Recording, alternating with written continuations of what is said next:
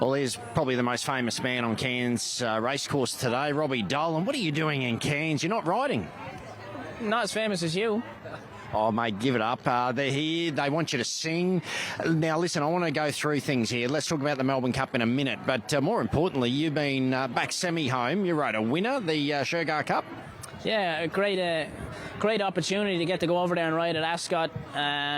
It's up there at one of the best tracks in the world. I've been watching it since I was a kid and got the opportunity to go over and ride in the Chargey Cup and jumped at it, and very lucky to get on a nice little horse on the day and get a winner. So it was a nice trip, and then ducked home for a week just to see the family and back into it now, and up at Cairns today having a look around.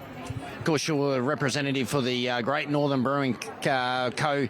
Carnival, and it's been a big few days. Of course, you had the barrier draw Wednesday, the Calcutta was on yesterday, your special guest today. I heard your dulcet tones singing there before. Have you got any tips you can help me out? Because I do an okay Cat Stevens, but I probably sound more like a scared or strangled cat than anything. You just close your eyes and hope they don't boo you, son. I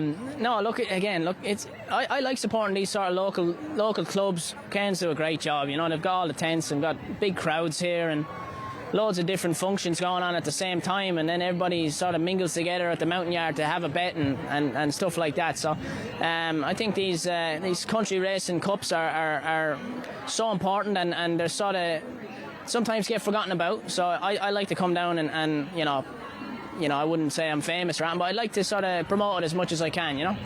It's been a massive 12 months for you, Melbourne Cup winner. That's life-changing, and you can dine out on that forever.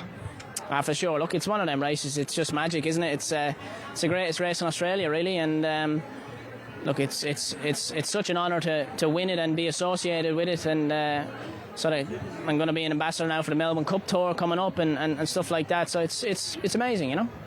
And, of course, you're loving Queensland. You're riding winners galore. It's been a good move. Yeah, great move.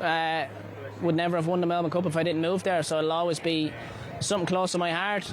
Real competitive racing up there. There's a lot of jockeys on the same level, and they get out of gates quick and they get their spots and very tactical. I found myself having to adapt a little bit early when I first moved up, but I seem to got the hang of it now, and fantastic jockeys room, lots of great guys and gals up there, and always up for a bit of banter and really enjoying it. We don't take things too seriously in Queensland, but we do when we're looking for a winner. Some nice rides tomorrow. I want to touch on two that you mentioned to me before. Old Song in race 3 for Scott Morrissey at Eagle Farm. Looks a real chance at a price.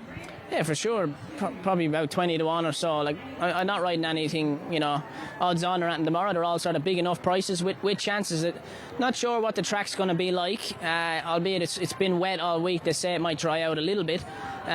If it ends up pouring down rain and a heavy track, you're looking for a horse that's up and fit, handles a wet track.